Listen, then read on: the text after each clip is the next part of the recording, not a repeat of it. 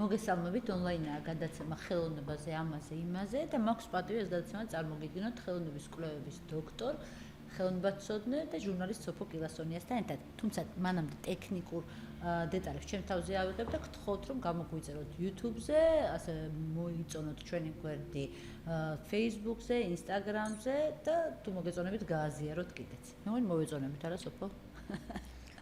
ნახოთ. მთავარია დაინტერესდნენ და ნუ მოვეწონებით. ხო, რა თქმა უნდა. ჩვენც ხო ესეთი გადაცემა გვაქვს, ჩვენ ყველაფერზე მარტო იმაზე ხარ ვილაპარაკებთ, რაც მოგწონს. თან ჩვენ ვილაპარაკებთ ხელოვნებაზე და ხელოვნების ბუნება არ არის მაინც და მაინც ის, რომელიც პრეტენზიას აცხადებს, რომ აუცილებლად უნდა მოწონდეთ და დგებოდნენ მისით, არა? თავარი სხვა თვისებებია და მიზნებიც ალბათ და ამაზე ნელ-ნელა ალბათ ეტაპობრივად ძალიან მიხარია, რომ საბოლოოდ იქნებ საფუძველი ჩაეყაროს სიღრმისე თუ არა, ოდნავ სერიოზულ დისკუსიას მაინც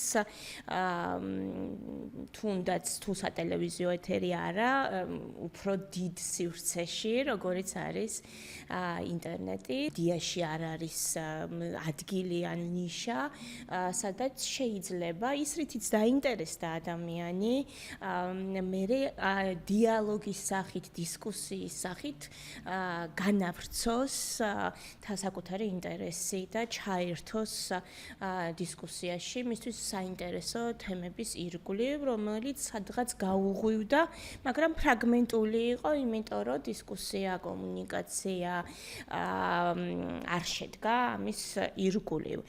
მეც რა მიხარია ძალიან, რომ გადაცემის კეთების დროს ესე მოხდა, რომ აღმოჩნდა, რომ თუნდაც ორიოს ჰქონდა ოცნება, რომ გაგვეკეთებინა კულტურის საინფორმაციო. იმიტომ რომ მე მგონია, რომ ეხლა ალბათ დაფინანსების ფაქტობრივად გაქრობის გამო ნაკლებად, მაგრამ იყო პერიოდი, როდესაც იყო ამის რესურსი, რომ კულტურის საინფორმაციო გაგვეკეთებინა და იყო ამის მაგალითები არტეზე და სხვადასხვა არხებზე და აღმოჩნდა, რომ სოფოსაც და მე ზუსტად ერთ პერიოდში მქონდა ეს სურვილი და რაღაცნაირად ამ გადაცემით გავაკეთებთ ამის კომპენსაციას. კი არა, უბრალოდ ეს იქნება შესავალი იმ მომავალი კულტურის საინფორმაციოს, რომელსაც მომავალში აუცილებლად გავაკეთებთ. არ ვიცი, შეიძლება საინფორმაციო სიახლეების ანალიზი და გაცნობა საზოგადოებისთვის რაღაც ეტაპზე იყო აქტუალური და ახლა სწორედ იმას ვაკეთებთ, რაც ახლა არის უფრო მნიშვნელოვანი, მაგრამ ხომ შეიძლება იფიქროს ახლა მაყურებელმა, რომ რა დროს ეგ არის, რას უპასუხებდი შენ? არ მგონია, რომ აი ამის დრო სულ არის და რაღაცების დრო საერთოდ არ არის, ზუსტად იმის დრო არ არის, რაც ახლა ხდება. და თან ახლა რაშია საქმე, რომ ძალიან ბევრი რაღაცაა, რაც ისე ხშირად მინდა, რომ ყველას უამბო და ოღონდ უამბო ისე კი არა, უბრალოდ Instagram-ზე story დავდო, არა, იმიტომ რომ ძალიან ბევრი ამბავი ხდება, ძალიან ბევრი ნიჭიერი ადამიანი ჩვენს ირგვლივ. ძალიან ბევრი რაღაცა ისე იკარგება იმის გამო, რომ აი თუნდაც არ არის, აი პატარა საინფორმაციოც კი და ყოველთვის საინფორმაციო ბადეში ჩაკარგულია სადღაც სიუჟეტი კულტურაზე. ოღონდ გამოვწყდები, რომ ეს ძველადაც ესე იყო, იმიტომ რომ მე მოამბები მყავდა რაღაცა პერიოდი და კულტურის ბლოკი ყოველთვის იყო ბოლოსკენ, მაგრამ სპორტის წინ. ეხლა საინფორმაციოს რო ვაკეთებდე მაგალითად, მოგიყვებოდი გიორგი გიგაშვილის ამ რაღაც გენიოსი, უსაყვარლესი, უნიჭიერესი მუსიკოსის კონცერტებზე. ხა ჩემი ახლობლების და ნაცნობების საკმაოდ დიდი უმრავლესობა, მე მგონი დაყვებით გიგაშას, ხო? რაღაცა ესეთი შეკრული ახალი ელიტა გამოიკვეთა გიგაშას ირგვლივ. კი, ეხლა რომ მქონოდა იმ მაგალითად საინფორმაციო საშუალება, ხო? აი ჩავიდოდი მაგალითად პარიზში, იქ მოგიყვებოდი, როგორ გაიმართა ჯერ ირაკლი რუსაძის ჩვენება. ეხლა გიყვები, ესე. ჩავდივარ პარიზში. ეს იყო პეტერბურგში, მაგათ ეს იყო პარიზში. ხო, კარგია. ჩავედი პარიზში და მოხვდი ირაკლი რუსაძის ჩვენებაზე, ასევე უნიჭიერესი დიზაინერის, რომელსაც ასევე გუნდი ყავს, ძალიან მაგარი, ასევე ქართველებისაგან შემდგარი და ასევე ფრანგებისგან და იყო რაღაც ძველ ფანტასტიკურ შენობაში, ყოფილი მედიკოსების სახლში და ეს ჩვენება გაიხსნა წინწყაროთი და მატილდა გვარლიანი. ორი ქართველი მოდელი გამოდიოდა, მარიშა ურუშოძე და მატილდა გვარლიანი და იყვნენ რაღაც ჯერო ლამაზები, მე ძალიან მნიშვნელოვნად მოქონდათ ის, რასაც გაჩვენებდნენ და თვითონ მატილდამ მითხრა, მეც არ ვიცოდი, რომ წინწყაროთ იხსნებოდა, რომ გუშინ ჩამოფრინდიო და პირდაპირ რეპეტიციის გარეშე შემოვედი სცენაზე და აი ეს ეთყობოდა მის სვლას. ეს წინწყარო ხო იყო ფანტასტიკა. მეორე დღეს პარიზის ფილარმონიაში გაიმართა, ხო ის მგონია ხოლმე რაღაც მოგონილი ხა ფილარმონია არ იქნება, რაღაც ფილიალი იქნება და არა, მივედი და უზარმაზარ პლაკატებზე გიორგი გიგაშვილი და სავსე დარბაზი და პარიზის ფილარმონიაში გიგაშვილის კონცერტი, სადაც გარდა კლასიკოსებისა შეასრულა მაგალითად ნატალია ბერძის, იგივე ტუსა ბერიძის ნაწარმოები ხორუმის მოტივებზე და იყო განსაკუთრებით გულისამაჩუყებელი. იგივე გიგაშვილის კონცერტი მე გაიმართა პორტუგალიაში გულბეკიანის მუზეუმში, რომელიც თავისთავად მუზეუმი არის არქიტექტურულად აი ერთ-ერთი საუკეთესო მთელ პორტუგალიაში, თვითონ დარბაზი აი გამჭვირვალე შუშის სცენით იყო საოცრება.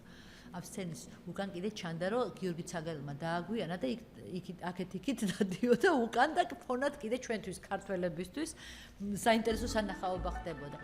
და იმავე პორტუგალიაში გაიმართა გიგაშვილის, ცაგარელის და ნიკოლა ზუბაშვილის კონცერტი, რომელიც მოაწყო პორტუგალიაში მცხოვრებმა გოგონამ სალომემ. ეს სალომე იყო გადაიბისა, რომ ასეთი წარმატებული გოგოა, ესეთი მაგარია და ამხელა კონცერტი მოაწყო ქართველებისათვის. რაღაცა ძალიან ლამაზი კაბა ეცო, ხო და ვიჭერავთ კიდეც ამ გადაცემაში, ფორმატი და. ნუ არ ვიცი შენ. ტელევიზიაში ხო არა ვარ, ერთი წამი რაღაცა მინდა გითხრა ისეთი, რომ მე შენ თქვი შეიძლება თუ არა. ერთი წამი. ძალიან ლამაზი კაბა ეცო. მოიცა, ამაზე იმაზე ესა, ნახე ერთი წამი. მოიცა, რაღაცა უნდა გითხრა, ხელოვნებაზე ხო არის? ხელოვნებაზე ხო არის გადაცემა და კიდე ამაზე იმაზეც ხო არის და შენ ხელოვნებაზე პარკი, მე ამაზე იმაზე. სალომეს ეცვა. ეხა გიტყვი. ძალიან ლამაზი კაბა და მე კომპლიმენტი უთხრა და მითხრა ძალიან ამაყად, რომ ესო არისო დევიდ კომას კაბაო. ან ისევ ქართველი დიზაინერი და მე სიამაყისაგან უბრალოდ აღარ ვიცოდი რა მიქნა. ან ეს ჭორობა იყო? არა, ეს არ ვიცი. ეროვნულ პატრიოტული სენტიმენტებისგან მიღებული შოკის რაღაცნაირი აღწერა. მაგრამ იცი ისი შემშურდა, რომ ისევ ქართველებმა, ირაკლი ჩხიკვაძემ, რეჟისორმა, რომელიც იქ არის გადასული, წამეყვანა და მანახა იქაური ორი ცენტრი. აი რაც უნდა ყოფილიყო თავის დროზე არტარეა მაგალითად, რაც შეიძლებოდა რომ იმ ტერიტორიაზე თუ კი შედგებოდა ეს პროექტი, კარგად გამოსულიყო. წამეყვანა მეორე ცენტრში, რომელიც მივხვდი, რომ როგორ გვაკლია ესეთი სივრცეები და რა დასანანია, რომ დღეს თუნდაც არტარიას ტერიტორიაზე, როგორც მე ვიცი, შეიძლება არ არის, მაგრამ ამბობენ, რომ კორპუსები აშენდება. ხო?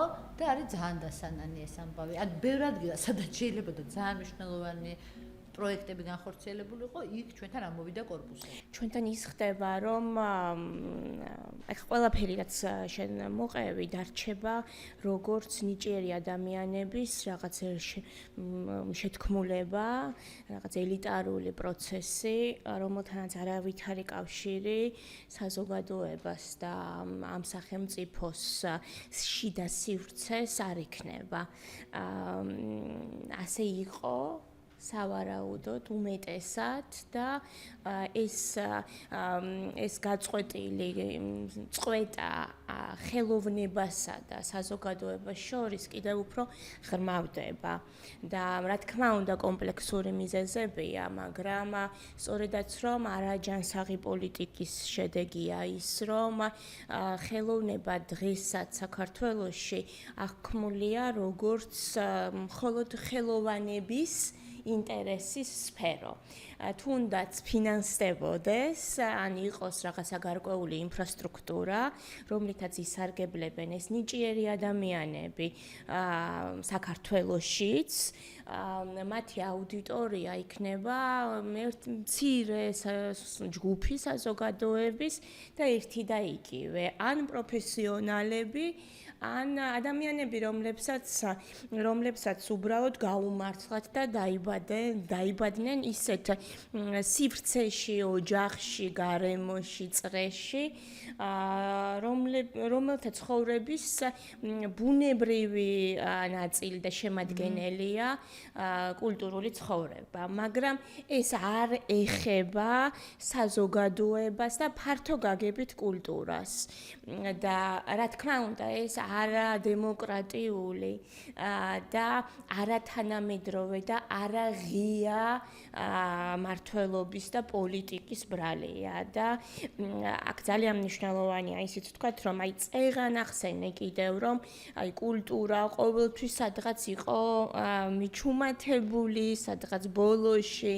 კიდევ არის მან სხვა პრობლემა, რომ ჯერ ერთი ხელოვნება და კულტურა მოაზრებული გვაქვს როგორც რაღაც ერთი სინონიმები და ამას ხელს უწყობს მედიაში არასწორი გააზრება ხელოვნების და კულტურის ფენომენის და ასევე კულტურის პოლიტიკა, რომელიც სახელმწიფო მართლობის ნაწილია, ისიც გააზრებულია თითქოს ეს არის რაღაცა რესურსი, ფულადი თუ ყურადღების რესურსი, რომელიც უნდა მოახმარონ სასურველ ხელისუფლებისთვის სიმპათიურ ხელოვანებს და მათ შორის კომუნიკაცია არის კულტურის პოლიტიკა, ანუ ვისაც ძალაუფლება აქვს და სახელმწიფო ბიუჯეტზე მიუწვდება ხელი, ის კრავს რაღაცა შეთქმულებას ხელოვანების ამ სხვადასხვა დროს სხვადასხვა ჯგუფთან და სულ ეს არის ამ სახელმწიფოში ხელოვნების და კულტურის პოლიტიკა და რესურსების განაწილების სივრცეც. და აბსოლუტურად მოწყვეტილი ამ პროცესისგან რჩება საზოგადოება და მათ შორის ხელოვანთა ფართო აუდიტორია. ანუ ყოველთვის იკვეთება გარკვეული ჯგუფი, რომელსაც კერძო ან სახელმწიფო რესურსები აქვს, მაგრამ ამ სახელმწიფოს მოსახლეობისთვის ეს კულტურული ცხოვრება არის აბსოლუტურად უცნობი. და გაუგებარიც და რაღაც ეტაპზე, როდესაც ჩვენ რაღაცას მას შევთავაზებთ, ან ჩვენ კი არა, ვიღაცა ვისაც რესურსები აქვს, რომ აი ხალხო უყურეთ ამ სპექტაკლს, ამ ფილმს, ჩვენ მოგვეწონა. შეიძლება ფართო აუდიტორიამ ვერ გაიგოს, ვერ დააფასოს და მე ჩვენ მოუბრუნდებით და ვიტყვით, რომ რას რა ხალხი ვართ. არადა ხელოვნებასთან წვდომა და კულტურული გარემო უბრალოდ არ არსებობს, უბრალოდ ჩამოშლილია ეს და ამიტომაც ეს მე ჩვენ საზოგადოებას გვიბრუნდება ძალიან ცუდად, იმიტომ რომ კულტურული ღირებულებების კრიზისი ჩნდება. კულტურული ღირებულებების კრიზისი იწვევს მერე ბევრნაირ კრიზისს და უპირველესად პოლიტიკურ კრიზისსაც, როცა ჩვენს გვერდით მყოფი ადამიანი ვერ ხვდება რატო ვღელავ, როდესაც ვუყურებ ადამიანის ფუნდამენტური უფლებების დარღვევას, ის მას არ აქვს განცდა ჩემი ღელვის და ან როდესაც ჩვენ არ ვართ შეთანხმებულები გარკვეულ ღირებულებებზე. სად უნდა მოხდეს შეთანხმება ადამიანის უფლებებთან დაკავშირებით, ან სად უნდა მოხდეს შეთანხმება განათლების მნიშვნელობის შესახებ, სად უნდა მოხდეს შეთანხმება, რომ სახელმწიფო კულტურული დაწესებულებები ყველასთვის მნიშვნელოვანი უნდა იყოს და ყველას ინტერესებს გამოხატავდეს. ფართო გაგებით კულტურულ პროცესში უნდა მოხდეს ეს შეთანხმება, რა? და ეს პროცესი არ არის. ასევე ხელმისაწვდომობა, იმიტომ რომ მაგალითად იგივე გიორგი გიგაშვილის კონცერტზე, რომელიც გულბეკიანის მუზეუმში ჩატარდა, უზარმაზარი რიგი იდგა, რომ მივედით და აღმოჩნდა, რომ ადამიანს აქვს მხოლოდ 2 ბილეთის აღების უფლება, ოღონდ უფასოდ. ბილეთები იყო უფასოდ, დარბაზი იყო ამიტომ გადავსებული. დიახ. ჩვენთვის და ჩვენთან თუნდაც თბილისში ან რომელიმე საქართველოს რომელიმე სხვა ქალაქში ან რეგიონულ ცენტრში ჯერ ერთი ფუნდამენტური საკითხია, რომ არ მიმდინარეობს კულტურული პროცესი.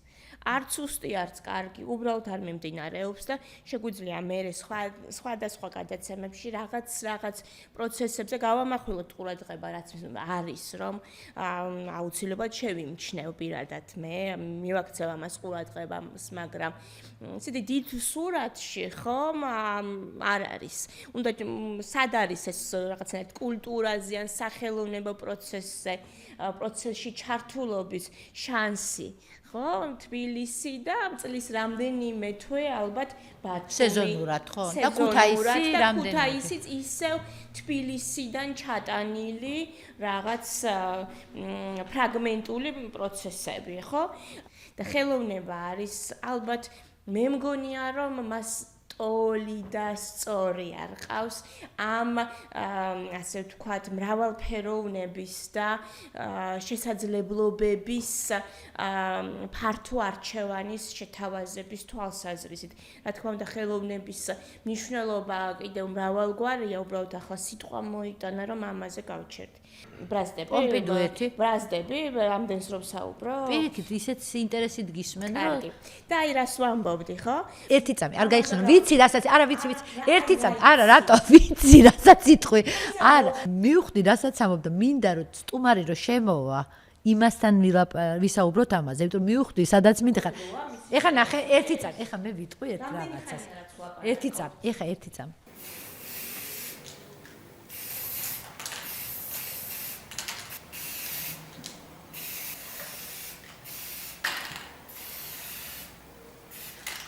მე ძალიან მინდოდა რომ გურამი წარმედგინა, გურამ მაცხონაშვილია დღეს ჩვენთან სტუმრად, მაგრამ ერთადერთი პირობით არის აქ მოსული, რომ ქებადიდებას არ დაუწყებ. ის რომ ჩვენი პირველი გადაცემის პირველი სტუმარია, ეს თავისთავად მეტყველებს, მე მგონი იმაზე, რამდენად მნიშვნელოვანია ეს სტუმარი ჩვენთვის. აი მეტი არაფერს არ ვიტყვი, უბრალოდ აი პირველი გადაცემის პირველი სტუმარი. აჰა. როგორ ხარ გურამ? ნორმალურად, ოღონდ ამ სიტყვის ისეთ საქმიანი გაგებით. კარგად რო ვიყო არაადეკვატური იქნება ჩემი აზრით, გარემოდან გამომდინარე, მაგრამ შემართული ვარ, мотиваციაც მაქვს. რამდენიმე წლის წინ, არ ვიცი თვითონ ახსოვს თუ არა, სოფომ მითხრა, რომ ბევრი იფიქრა, რომ ტიპიური თბილისელი ძელეცი ბიძა ხარო. და რა კაია რომ ამან არ წარგადგინა, ისე ხო არაფერია და ამიტომაც ვერ ვაპროტესტებ, მაგრამ არ მახსოვს. ხო და ეგ არის პასუხი შენ კითხვაზე, პაუზა არასდროს არ მაქვს, სულ რაღაცას ვაკეთებ, კაც მაქვს ის რას, მაგრამ სულ რაღაცას ვაკეთებ, როგორც თბილისელი ძელეცი ბიძა და ეხლაც მაგ სტადიაზე ვარ. დავიკითხო რა წერია? ტელეფონის ნომერს ზემოთ აღარ ვიტყვი და ყველას თუ დაგვიჭერენ ვინ მორწყავს ყვავილებს. საერთოდ ძალიან მტკივნეულ გარემოში ვარ, როდესაც სადაც პოეზიის ადგილი თითქოს არ რჩება, მაგრამ მაინც მგონია, რომ აი იგივე ირანში მაინც ახსოვთ ეს ლექსები. მე მგონია, რომ პოეზიის ადგილი არ ჭირდება. და ჩვენ რო გონია, რომ სადღაც პოეზიის ადგილი არ არის, არ გვეკითხება პოეზია თავისით შვება ყველაფერს. მაგრამ მგონია, რომ სივრცე არ ჭირდება პოეზიას. და არ არის სწორი დრო ხოლმე პოეზიისთვის. მე და იგივე ვრცელდება ზოგადად ხელოვნებაზე, ალბათ ხო? კი, პოეზიაშიც უფრო ფართო გაგებით ვამბობ, მთელ ხელოვნებას მოვიაზრებ, კი. გურამ. ყვავილებს გულის ხომ გაგაწყვეტინა, მაგრამ იმსახურებ ჩაკითხვას. ყვავილებზე ვილაპარაკოთ. ყვავილებზე ვილაპარაკოთ.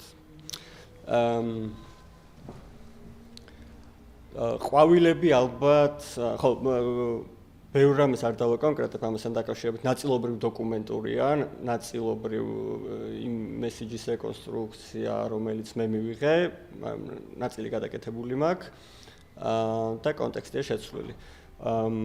ხო, ყვავილებში რაც მომწონს არის, რომ ძალიან ფაქიზები და სათუთები არიან.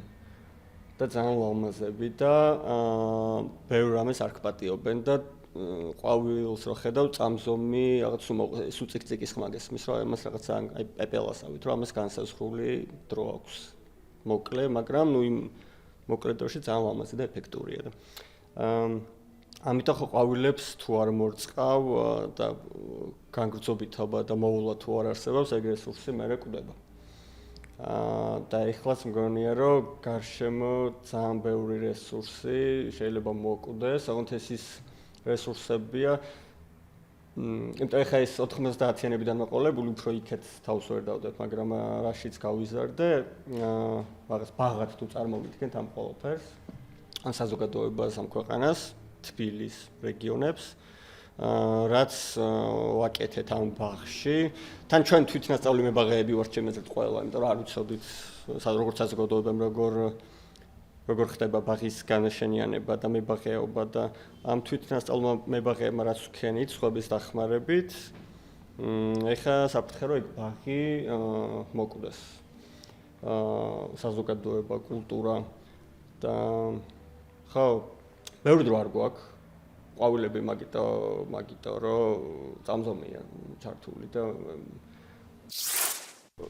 ნახალკაში დავდიოდი სკოლაში და სკოლიდან გრძელი გზით მოვიდიოდით, ხოლმე მეხუთე სკოლაში დავდიოდი და სკოლის უკან არის ხუდადოვის ტყე. და ძალიან ლამაზი კადრი მახსოვს, ხუდადოვის ტყის ცენტრში იყო ეს ნაძუნარი, სიმეტრიულად გაშენებული, ბუნებრივად. და ძალიან ბევრი ყვავი, ასობით ყვავი და მთელ მდელზე ყაყაჩოები და იქ იყო ძალიან ლამაზი. სიზმარებით არის. ხო, ძალიან სიზმრისეული, ძალიან სანამ სხვები არ დავიმოწმე მე რომ ნამდვილად ესე იყო, მეგონა რომ ცოტა ჩემი გამოგონილი იყო, მაგრამ აღმოჩნდა რომ ეგრე იყო. დიდი ხანია არაფერი არ დაგიდგავს. იმიტომ კი არა რაღაც რესურსი არ არის ამის, უბრალოდ როგორც ხვდები არ გინდა ეხა ამ პერიოდში. დიდი ხანია ძალიან ბევრი რაღაცას აკეთებ, ხო, დიდი ხანია არაფერი არ დაგიწერი, არის შენთვის რაღაცას ალბათ ჩანაწერებს აკეთებ, დარწმუნებული ვარ და რას აკეთებ, აი რა შენ არა ხარ თქვა სცენაზე და აი ესე დისტანციიდან რა ხდება ჩვენთან? ხო, მოდი თავაზუსტებ, რომ ეს არ არის პაუზა, გადაწყვეტილება, რომ თეატრიდან წავსულიყავი. და ბევრს არ ვლაპარაკობდი ამ თემაზე, იმიტომ რომ არ ვსვამდი წერტილს მე თვითონ ეს, იმიტომ რომ არ ვიცი ვაკვირდებოდი, მომინდებოდა თუ არ მომინდებოდა და ამ მასობაში 4 თუ 3 წელი გავიდა, არ მახსოვს ზუსტად და არ მომდომებია. მეგონა რომ მომინდებოდა. და ამიტომ ეხლა როგორც უკვე თეატრის მაყურებელი ვარ და რეჟისორი, ეგრე ვუყურებ პროცესებს და ხო რაღაცებს მე პასიურ მდგომარეობაში ყოფნა არ შემიძლია თავისით გენერირდება რაღაცა იდეები, ხან კარგი, ხან ცუდი და მე მაგ იდეების პატრონობაში ვარ ხოლმე და ეხა არ მithქვამს ეგ არსად, მაგრამ მუშაობ ფილმის სცენარზე, რომელიც მინდა რომ თვითონ გადავიღო. მუშაობ ისე საფუძვლიანად. დიდი ხანი დავიწყე, მაგრამ რომ მივხვდი რომ ოქტომბრის არჩევნები ახლოვდებოდა, მივხვდი რომ ძალიან ვაფუჭებდი ხარისხობრივად სცენარს მე გადავდე და ეხა დაპაუზებული მაქვს, მაგრამ ეს ჭირედათ მინდა კინოსამყაროში შესეირნება და მე უკან გამოსულ. თეატრს არ შეუწუხები ვარ, თეატრმა გამართო ძალიან. ბევრ რამეზე დამაფიქრე ისეთ, რასაც სხვა დროს ყურადღებას არ მივაქცევდი, ფოკუსები შემიცვალა, აქცენტები შემიცვალა. უბრალოდ რაღაც პერიოდის მერე ვნება დავკარგე თეატრის მიმართ. და ზოგადად არც პროფესიაში მონოგამი არ ვარ და თეატრთანაც ეგ არ მქონია, რომ მუდმივ ქორწინებაში ვიქნებოდი მასთან. თავიდანვე ვიცოდი ეს. და არ ვიცი, კინოში მაინტერესებს ხო, აქ ამონათდება ჩემი ინსტაგრამის პროფილი ამონათდება და მანდ გადმოდით. მაყურებელს მივმართ. ხო და არა, კინოში არ ვისვენებ არაფრისგან, კინოში სხვა არსენალი, სხვა იარაღებია. რაც თეატრში არა. მე ეხა კინოს ხალხი მკრეხელობად ჩამithვლის მაგას, მაგრამ ან აროგანტულობად არ ვიცი. მე მგონია რომ ბევრად მარტივია თეატრიდან კინოში წასვლა ვიდრე პირიქით, იმიტომ რომ თეატრში აბსოლუტურად შიშველი ხელებით და შენი ფანტაზიით ქმნი სამყაროს. სახიობის დახმარებით ცხადია. შენი მთავარი იარაღი სახიობია და კინოში სამყაროს შესაქმნელად ძალიან ბევრი საშუალება გაქვს. ინსტრუმენტებით ხარ შეიარაღებული და ხა მაინტერესებს ეგ გამოცდილება და თან მაინტერესებს ისეთი ესთეტიკურად ისეთი კინოს გაკეთება, რომელიც როგორც ქართულ მაყურებელს ქართულ კინოში არ მინახავს. და სულად არ ვამბობ არტისტული манипуляციების მეტი შესაძლებლობები გააქვს? კი, ერთმნიშვნელოვნად, კი. გურამ და შე როგორი კინო გიყვარს საერთოდ? ზოგადად როგორც კულტურის ამთვისებელი ან მაყურებელი ან მსმენელი ან კითხველი ძალიან ვცდილობ რომ ჭრელი ვიყო და ჭრელი იყოს დიაპაზონიც.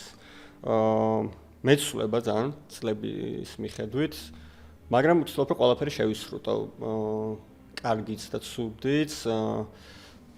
ვცდილობ რომ ყველაფერი ვნახო კინოში და დიდ ეკრანზე და ძალიან მალევე გამოსვლიდან. ამიტომ ეხლა ვთქო რაღაცა ან მიყვარს ნელი კინო ან მიყვარს ტარკოვსკი ან რაღაც იქნება არასწორი, იმიტომ რომ აფსაც მიყვარს კინოში და ესეთი მძიმე ღრმა კინოც მიყვარს, ამიტომ თანაბრად. ბოლოს რა ფილმი ნახე? მე ჯარმუშის ფილმზე მითხარი შენ რომ უფრო სანახავი იყო რა? ყველაფერი ნახა რაც გამოვიდა. ბოლოს პრინციპში კი. კი. კარგი. ხო, ჯარმუში ერთმნიშვნელოვნად არ არის ყველაზე კარგი ფილმი, რომელიც წელს გამოვიდა, მაგრამ არის ჩემთვის სასახად ყველაზე სასიამოვნო სანახავი ფილმი, რომელსაც გადავაჭიხე წელს. კინოგაქირავებაში თბილისში აღარ არის, მოიხსნა უკვე, მაგრამ ვისაც არ გინახავთ გირჩევთ, რომ პლატფორმებზე დებს.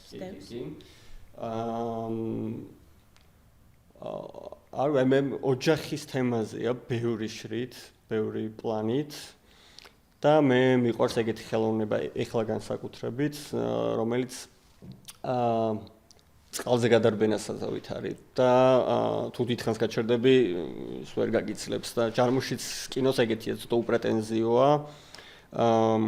კრიტიკაც რაც ვნახე, უფრო ეგეთი იყო, რა თითქოს კამპანიის სახე აქვს, რეკლამის სახე აქვს. მე ეგ გამისწორდა. რეკლამის, მე ვსახეს ფილმი და რეკლამა როგორც ანუ ვაიბი, რო რეკლამის ვაიბი აქვს და არა ფილმის და ჩემს არ არის ეგრე უბრალოდ უპრეტენზიო ნამუშევარია, სუბუქი ნამუშევარია და მე იმ სუბუქეს ხელოვნებაში ძალიან ვაფასებ ყველაფერში. ტომ ვეიტს სადაც არის, იქ შეუძლებელი რამე დაალაგო, იმიტომ რომ ტომ ვეიტსი ეს რა ფანტასტიკა იყო ტომ ვეიტსი. მარტო იმიტომ არა, ტომ ვეიტსი როგორ თამაშობს, ეს პაუზები მისი არ არის რაღაც გენიალური? კი, გენიალურია, იმიტომ რომ მუსიკოსია და ეთყობა რომ ფილმში ერთი მუსიკოსია, იმიტომ რომ ეგრე არავინ არ ფლობს იქ პაუზას. მიუხედავად იმისა, რომ არაჩვეულებრივი სამსახიობო ანსამბლია მთელ ფილმში. ხო, აი ეს ფილმზე ხო ლაპარაკობდა ვენდერსი, თქვათ იგივე ბერლინის კინოფესტივალზე, აი ზუსტად ის რომ ხა კინო უნდა იყოს დაცლილი პოლიტიკისგან და რომ ჩვენ გვჭირდება აი ნამდვილი კინო რო აი პოლიტიკისგან. თუმცა მგონი ხო, პოლიტკორექტულობისგან დაცლაზე იყო საუბარი არა, თუ არ ვცდები და ჩვენთან სხვანაირად მოხდა ამის ინტერპრეტაცია. არ ვიცი მე რამდენად ინტერპრეტაციის ის იყო, მე იმიტომ მე ინგლისურად ვნახე YouTube-ზე და ჩემი აზრით უბრალოდ ეპიზოდი იყო, სადაც როგორც ლაჩარი ისე წარმოჩინდა, იმიტომ რომ თავისთავად მოვიდა წინააღმდეგობაში. კი მეც უყურე და თანამედროვე მნიშვნელოვანი იყო, რომ იყო გერმანია, მნიშვნელოვანი იყო, რომ კითხეს პალესტინაზე და უბრალოდ დავაცენზურებ ჩემ თავს არ ვიტყვი რა არ აღმოაჩნდა, მაგრამ არ აღმოჩნდა რომ ეთქვა ის რასაც ფიქრობს და ამიტომ თვითცენზურა გავუკეთა საკუთარ თავს და თქვა რომ უცებ უნდა გაიმიჩნოს. და ეს საქართველოშიც კი ძალიან სასაცილოა ჩემი აზრით მაგის თქმა, რასაც სახელმწიფო თეატრების მსახიობები აკეთებდნენ ხოლმე, რომ ცდილობდნენ აღმოფხარებოდნენ აი ბრიხულ ფრაზას, რომ პოლიტიკა და ხელოვნება და ანუ უხერხულობას მგურის მაგას ლაპარაკიც კი და ბერლინერზე მაგას რო ამბობ 2026 წელს, როცა მთელი ეს წლები პოლიტიკურ კინოს აკეთებდი და ინტერვიუებშიც სულ მაგას უსვამდი ხას, რომ კინო პოლიტიკურია. ხო, ანუ ლაჩრობა ამიტომ. ან სიბერე არსებობს ხელოვნებაში, ხო? ძალიან ხშირად ვამბობთ ხოლმე, რომ მოდი აღარ გავაკრიტიკოთ, იმიტომ რომ ასაკმათ ავისქნა. არ ვიცი, აი სკორსეზემ ხო ხვდები ხა ქართულ რეალობაში საერთოდ სიბერე ყოველთვის შიშს ნიშნავს, ანუ უმეტეს შემთხვევაში. ეხლა რომ ძალიან დარწმუნებით სკორსეზეზე რას ამბობდი? დარწმუნებით რომ გიპასუხო ძალიან სასწაული იქნება, იმიტომ რომ ჯერ არ ყოფილი ვარ ბებერი. როცა ვიქნება უცბად შეგატყობინე პასუხს მაგ კითხვაზე, მაგრამ სკორსეზეა, როცა შენთვის საინტერესო არტისტი უბრალოდ თავის თავს ან აყალბებს, ან ღალატობს, რაღაც პათეტიკურად ვამბობ, მაგრამ აი. მე ისასწავლებ. ან ამბოხის სრული უკრება. ხო, თუმცა ამბოხი ალბათ აუცილებელი ელემენტი არც არის ყოველთვის ხელოვნებაში.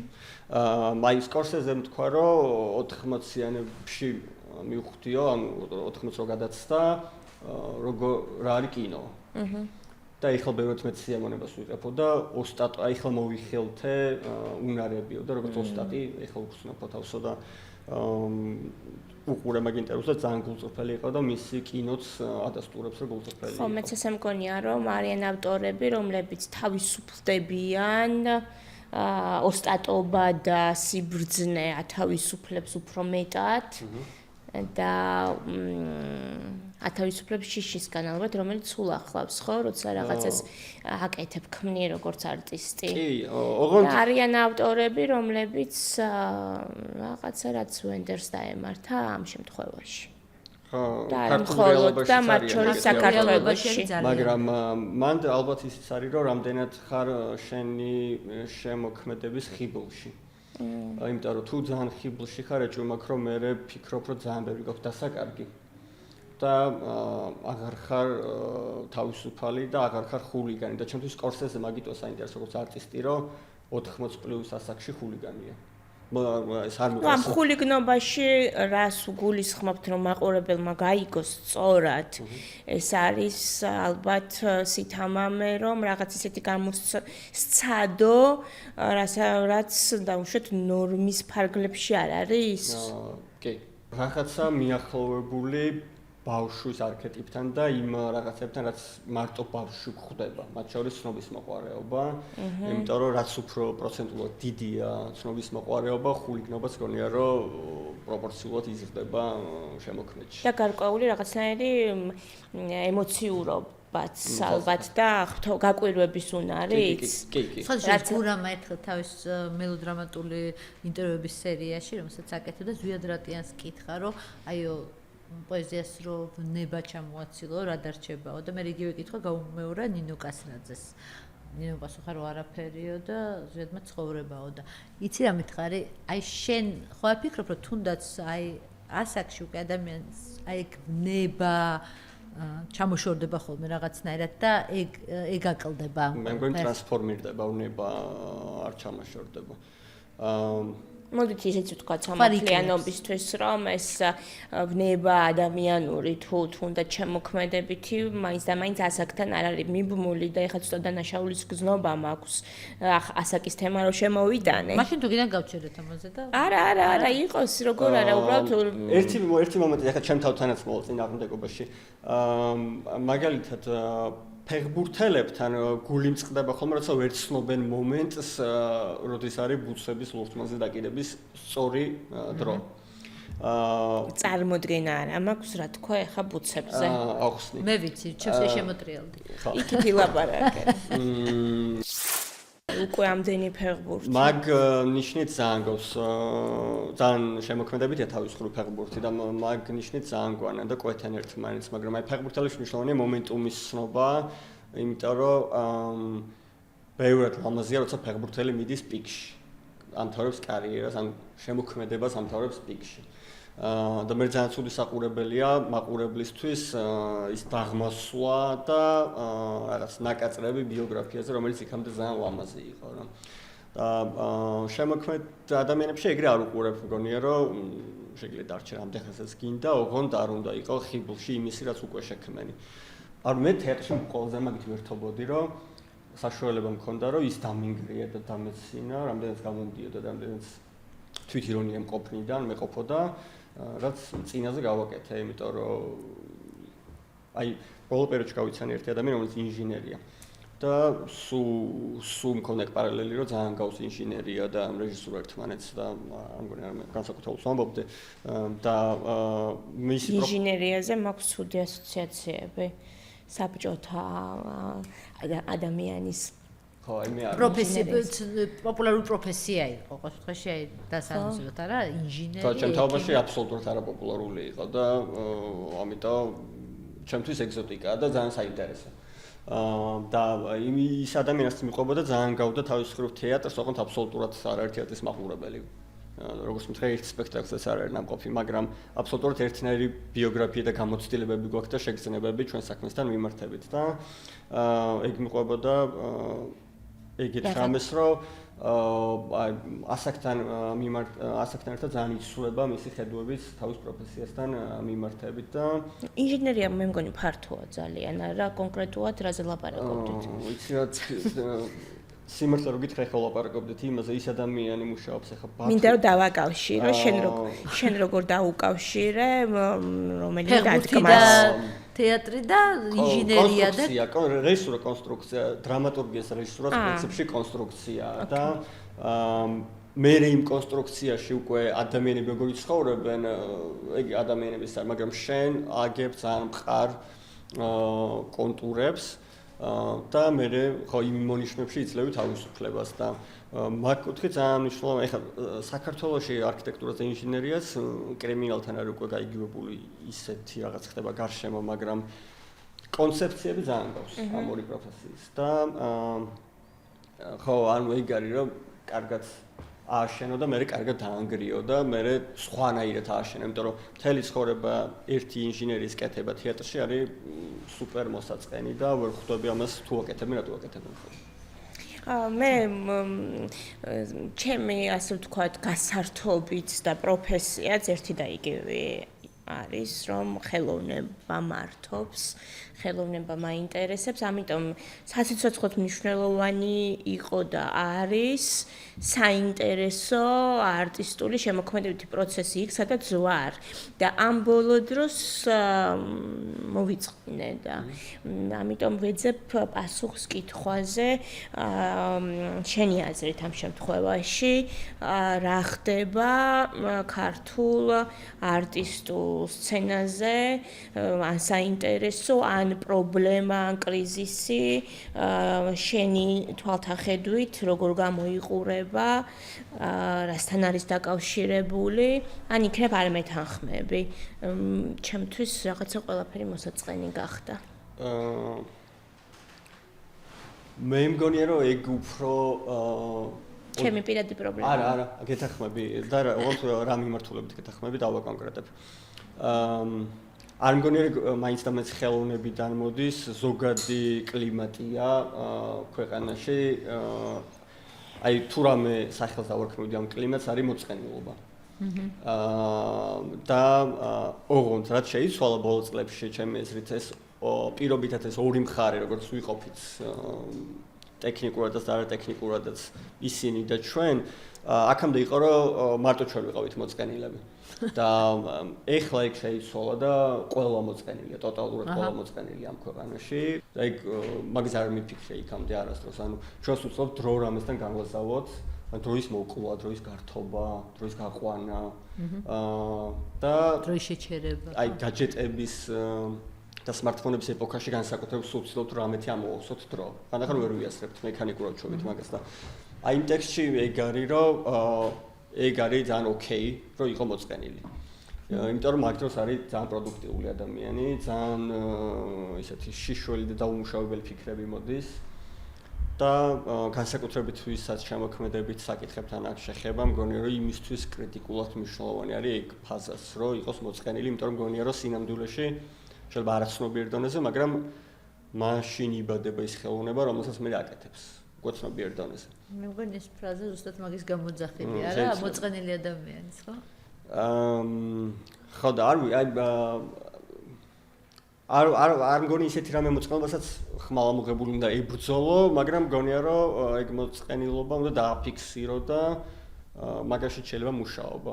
თითქოს ცოტა ნაწყენი ვარ ან რომ თანამედროვე ჩვენმა ხელოვნებამ ან ჩვენს ხელში ან ჩვენს წინ რა პროცესიც მიდის რაღაცები უგულებელყო ის პროცესები ან ის მდგომარეობა რომელსაც გავდივართ ჩვენ მე გონია რომ სათანადოდ არ გადაითარგმნა ხელოვნებაში ან შემოქმედებით პროცესში. მესმის რომ ხელოვანებმა გამოხატეს, ხელოვნებები სადღაც იდგნენ, მაგრამ ეს მარტივ მაგალითს მოვიყვან, რომ არ მჯერა რომ იმას განვიცდი და იმ თუნდაც მხატვრულ შთაბეჭდილებას მივიღებ, რაც მიმიღია, როდესაც ღამე რუსთაველზე მესმოდა ხმები, როცა ურტყავდნენ, რას ურტყავდნენ? რკინის ჯებირს. და რამდენიმე ღამე იყო, როცა აღმოჩნდი და ჩემთვის ეს იყო იმდენად დატვირთული შთაბეჭდილება ღამით,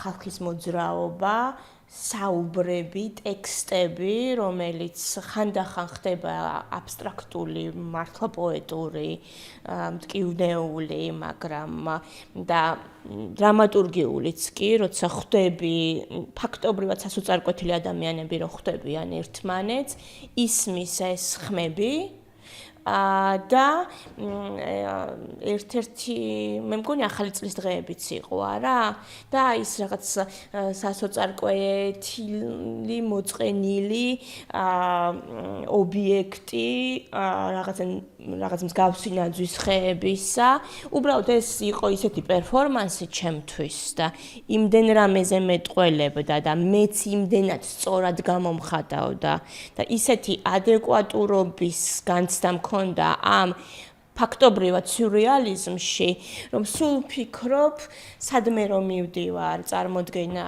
გამოფენა, მაინც ის მაგონდება, გეგონება ისეთი მოთხოვნილება მაქვს, თამასა აიწია, განცდის, საკმაოდ მაღლა და ყველაფერი მინდა რომ ის რაღაცა განვიცადო, მიუხედავად იმისა, რომ თქმა უნდა ის არ იყო ცალსახა სუფთა წყლის რაღაცა არტისტული სიამოვნება ან შთაბეჭდილება, ხო?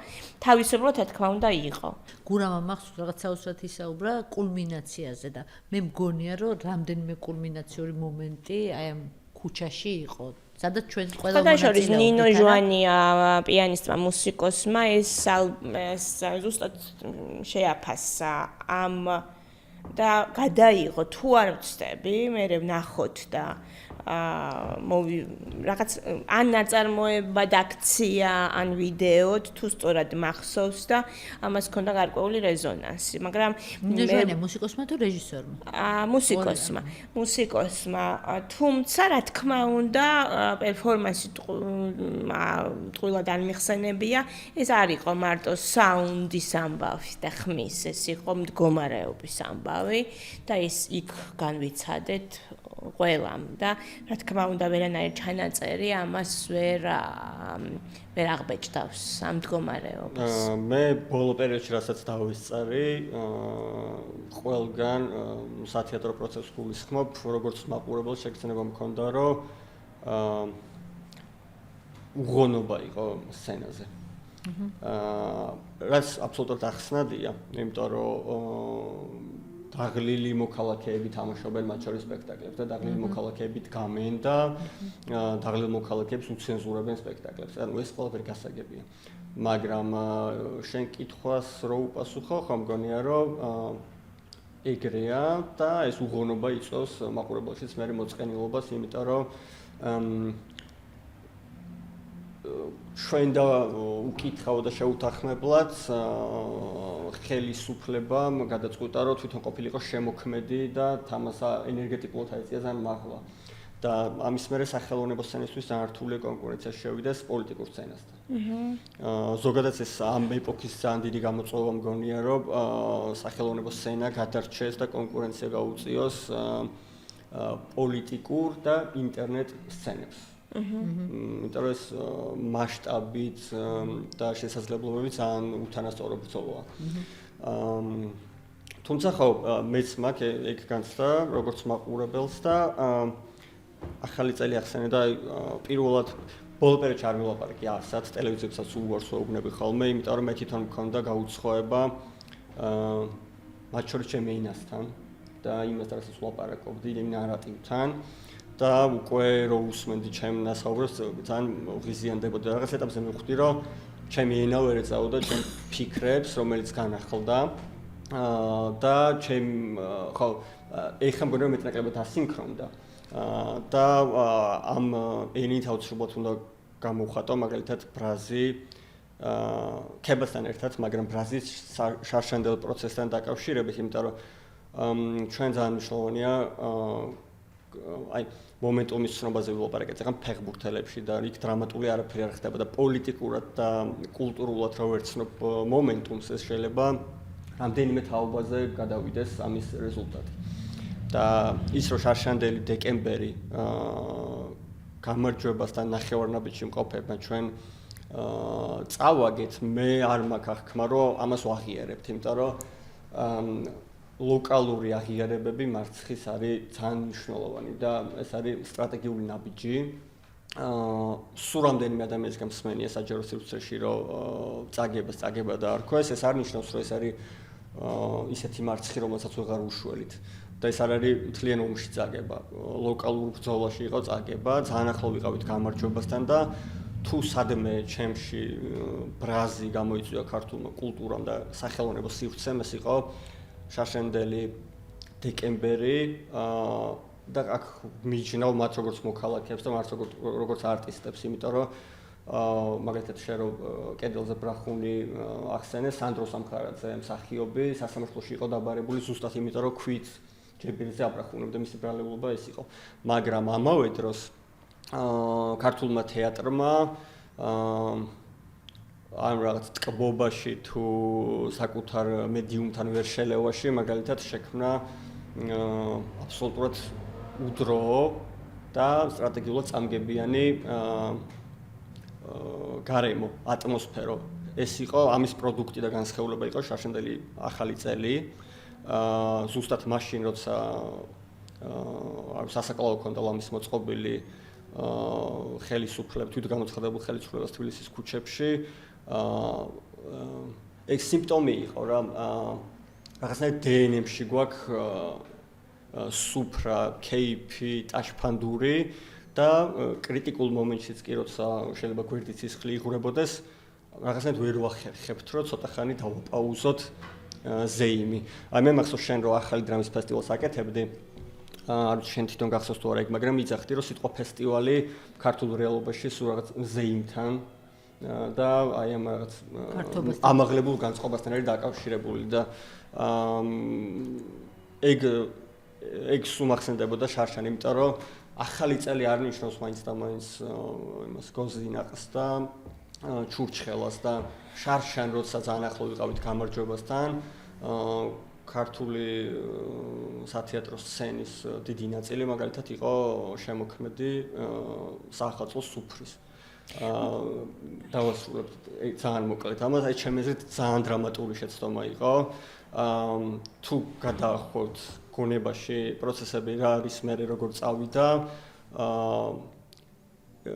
ომში და კრიტიკულ მომენტში ზეიმი ყოველთვის არის არაადეკვატური და არის წამგებიანი და შარშან იენურიდან მოყოლებული დინამიკა არის აბსოლუტურად დამანგრეველი, დამაზიანებელი ჩვენთვის და დაღმავალი. მე მგონი ჩვენთვის არ არის მხოლოდ დამახასიათებელი, თუ გახსოვთ ირანელებმაც აქ როდესაც საპროტესტო მარში ჰქონდათ, უცებ სიმღერადაც ეკვა დაიწყეს, არ ვიცი ეს რა გამოძახილია თქვა, მაგრამ ხო მე ირანელებსა და ირანულ პრაქტიკაზე ვერ ვილაპარაკებ, შემიძლია და თან აქ უნდა ვიცხოვრო, მე აქ ვაპირებ ცხოვრებას და ამიტომ ბრაზდები ან მომწონს ან არ მომწონს რაღაცეები და ხო ჩემთვის მე მაგალითად მაგის მერე ქართული იმის სახელოვნებო სცენის მიმართ პირველ რიგში ბრაზი მაქვს და მე სხვა გრძნობები ხოლმე, იმიტომ რომ თუმცა სახელოვნებო სფერომ სახელოვნებო სივრცეების მიღმა სადა ალბათ ცარიელი ადგილების ამოვსება, რომ არ შეგვემჩნია რომ ცარიელი იყო და ეს არ მგონია რომ სახელოვნებო, მე არ მგონია რომ სახელოვნებო სფეროს დანაშაულია ამ პრობლემა ალბათ სხვა რაღაცების და გარკვეული პროცესების არარსებობის პრობლემა უფროა. პოლიტიკურ პროცესს გულისხმობ, რომელმაც მნიშვნელოვან ეტაპებზე დაიგვიანა, ან არ იყო შესაბამისი ფორმის, მაგრამ ეგ დომინოს პრინციპია, პრინციპში პოლიტიკოს რო ვერ ახერხებს შექმნას პოლიტიკურ დღის წესრიგი, მე უწევს სხვას რო შექმნას ეს დღის წესრიგი. გაგების ხელოვნების საბჭოთა გაგების გადმონაშთი? ხო, ეგეც შეიძლება და რომელსაც ვეძახით ქართულ ხასიათს. იმიტომ რომ ის სახელოვნებო რაღაცა ღონისძიებით ან სანახაობით სინამდვილის გადაფარვა იყო მნიშვნელოვანი, ასე ვთქვათ, ღერძი საბჭოთა იდეოლოგიური ხელოვნების. და ეხლა მხოლოდ ახლა დავფიქრდი ამაზე, იგივე სხვა ვიმეორებთ ხოლმე პერიოდულად ახლაც. კი, მე დნმ-ი მაგიტო ვახსენე, რომ მგონია რომ არის მე ეს ჩვენი დნმ-ი თუ ეს სინამდვილეში უნდა ვთქვათ, რომ არ არის ჩვენი და საერთოდ რა არის ჩვენი დნმ-ი კულტურული, კარგად გასარკვევი გვაქვს. ხო, მე მგონია რომ ასევე ძალიან ოპტიმისტურად მეჩვენება ხოლმე ყველაფრის იმ 70 წელთან, ყველაფრის იმ 70 წელით ახსნა.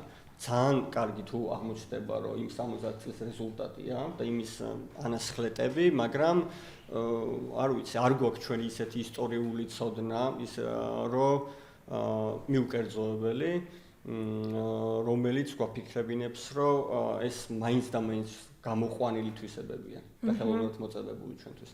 ამაზე თავს ვერ დავდებ, თუმცა ფაქტია, რომ კრიტიკულ მომენტებში ეს თავს იჩენს და ძალიან დამაზიანებელია ჩვენთვის. იცი, მაინტერესებს, მაინც ელოდით, რომ აი პროტესტში ამდენი ხანი იქნებოდნენ ხელოვანები, აი თქვათ მახსოვს, რომ პირველი მწერლები გამოვიდნენ და მათი ერთიანობა იყო ჩვენთვის გასაოცარი, მერე ნელა, მაგრამ დღემდე ძალიან მეძგადგას კინო, ხო? თეატრი, რომელიც მერე შევარდა, დღესაც კი ყველაზე მეტი ალბათ აი სახელმწიფო სფეროდან არიან, ვინც ხმამაღლა გამოხატავს პროტესტზე ძალიან ბევრ რაღაცაზე თქვეს უარი. იგივე სპორტსმენებისგან განსხვავებით, ხო? უწყვეტობა და ჯიუტად დგომა კი ძალიან დასაფასებელია, მაგრამ არ არის ყველაზე მაღალი თამასა. არ არის აუცილებელი ამდღას იდგე, მაგით დეკემბერი მაგიტო ვახსენე, რომ შეიძლება დეკემბერშივე დგომა დამთავრებული იყო გამარჯვებით. და ის რომ ეხლა ვიღაცები უწყვეტად დგანან გარკვეულწილად ჩვენი საზოგადოების კრიტიკულ მომენტში საკმარისი ძალის ვერ გამოვლენის შედეგია რა. კრიტიკულ მომენტში ეგეც მნიშვნელოვანია ვაღიაროთ, რომ კრიტიკულ მასას არ იყო გამბედაობა რაღაცების გასაგებად. დაკავებული როცა იყავი აქციებში მონაწილეობის გამო, მოდი მარტივად ასე ვთქვათ, იმიტომ რომ არ ვიცით რის გამო აკავებენ. ოფიციალურად აკავებდნენ გამო. ხო, ასეა. როგორი იყო ეს? რამდენი დღე იყავი და ყველაზე ხშირად აზე ფიქრობდი? აი მე აქედან გავალ და რაღაცას გავაკეთებ, ესეთი ფიქრები მოდის? პირველი რუსული კანონის დროს ორჯერ და გაკავეს მახსოვს ხო? და პირველის დროს უფრო სისტემის შესწავლაზე რამდენიც იმ დროს შეიძლება შეისწავლო, მაგით ვიყავი დაკავებული, იმიტომ რომ ძალიან ბევრ საფეხურს გადიხარ.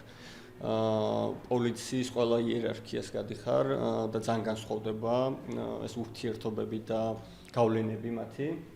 ამიტომ პირველ ეტაპზე უფრო აი ემპირიული დაკვირვება იყო შიგნით როგორ მუშაობს სისტემა ყოველდღიურობაში.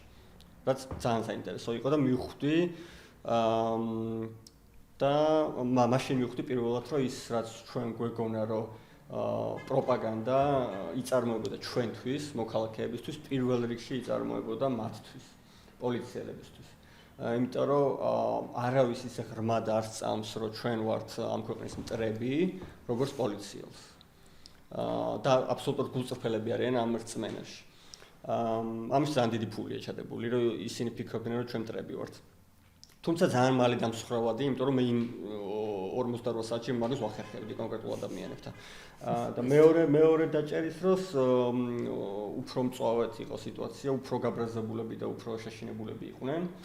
მათი დამოკიდებულება ჩემი მიმართ ბევრად განსხვავდებოდა, ძალიან აგრესიულები იყვნენ, მაგრამ აი რაწამს ხვდებიან, რომ ეგ აგრესია არ მუშაობს და შენზე ზეწოლას ვერ მოახდენენ, მერე უკვე იყიდებენ ხოლმე. არ ვეხცეთ ცოტა არადეკვატურ პასუხი მაქვს, მაგრამ წინა დღეს მოკვდა დევიდ ლინჩი, და ბოლო ინფორმაცია რაც მივიღე იყო ეგ, იმიტომ რომ მეორე დღეს დამიჭირეს და ის 48 საათი ვფიქრობდი მაგაზე, იმიტომ რომ ჩემი საყვარელი რეჟისორი იყო. და თან ვიხსენებდი ქრონოლოგიას როგორ დაგვიჭირეს, იმიტომ რომ მარტო მე არ დაუჭერი ვარ ჩემთან ერთად 6 გოგო დაიჭირეს. ძალიან თანმიმდევრულები თავის ბრძოლაში, იგივე მიზეზით, ნიღბის და გაკეთების გამო. მე მგონია ეგ უნდა გვექნა ყველას. აბსოლუტურად ეხმება. პროტესტი საერთოდ დაგვიანებული იყო. ჩემი აზრით ძალიან აწილს ადიღებ გაჩნდა. პირადად მე 10 თვის წერტილსაც ვიღებ და ავიღე, მაშინ უდიდეს უმცირესობაში ვიყავი. და როცა მარცხი განვიცადე, მაშინ დაიწყო პროტესტის კულმინაცია, მაგრამ მე არ ხემძღვანელობ ჩემი დამოკიდებულებით, თორე 10 თვის წერტილი ჩემთვის კულმინაცია იყო, როდესაც ითქვა, რომ მოძალადეები, რომლებმაც 5 ივლისს ხალხი დაარბია, მოქალაქეები არიან, რომელთა უფლებაც უნდა დავიცვათ და თან ეს პრემიერის, მაშინდელი პრემიერის შემდეგ კულტურის მინისტრმა თქვა და კულტურის სფეროს ხმა არ მოუღია და ამის შემდეგ თანამშრომლობა გაგრძელდა. და მაგის მერე უკვე ბოიკოტი იყო ერთადერთი დაგვიანებულზე ერთ-ერთი რაც შეგიძლია ბოიკოტია და უკვე აღარ არის დრო გაერთიანების და რყევის სისტემის და ფულის გამოგლეჯვის, იმიტომ რომ პირადად მე მომხრე ვიყავი არა ბოიკოტის, არამედ აგრესიული გამოტაცების რესურსების, მაგრამ ამისთვის დავაგვიანეთ და მე უკვე უძლურების გამოხატულება უფრო მგონია ბოიკოტი, ხათაშორის საბჭოთა დროს ბოიკოტიც ეგ იყო, რომ უბრალოდ არ შემიძლია რომ გეჭიდაო, ამიტომ საერთოდ არ დაგელაპარაკები და ჩემთვის დავიმალები. ეს განდეგილობა სისუსტის გამოხატულება მგონია, შეიძლება ვწდები და როგორც წესი ჩვენი სფეროს ხალხი მეუბნება რომ ვწდები, მაგრამ ჯერჯერობით ვერ გადამაფიქრებინ ეს. ჩემი სფეროს ხალხი მაგის გეუბნება იმიტომ რომ მათ ვერ იცნეს ადრე პროცესი, მე ვლაპარაკობ უმრავლესობაზე და ტენდენციებზე. არა, შეიძლება იცნეს, მაგრამ ყველა მიფიქრა, რომ მოდი მე ხა თეატრის საქმეს მოვაგვარებ და მუზეუმის ხალხმა იწვალოს და ინერვიულოს. და მწერლებმა იფიქრეს, რომ ეხლა მოდი ჩვენ მწერლების საქმეს მოვაგვარებთ და თეატრის დაჩაგრული და კაბინეტში ლამის გალახული რეჟისორი არაუშავს და ამას რა ქვია? დავაგვიანეთ ნამდვილად. ძალიან ბანალურად კონფორმიზმი ქვია მაგას, მაგრამ მე მგონია რომ სანამ თეატროლუკიანი როგორც პერსონა არ გაჩნდა, იქამდე არტისტებს უმრავლესობამ ვერ იცნო პროცესი და თუმცა როცა გაჩნდა თეატროლუკიანის ხსენებას, მაინც ყველა ერიდებოდა.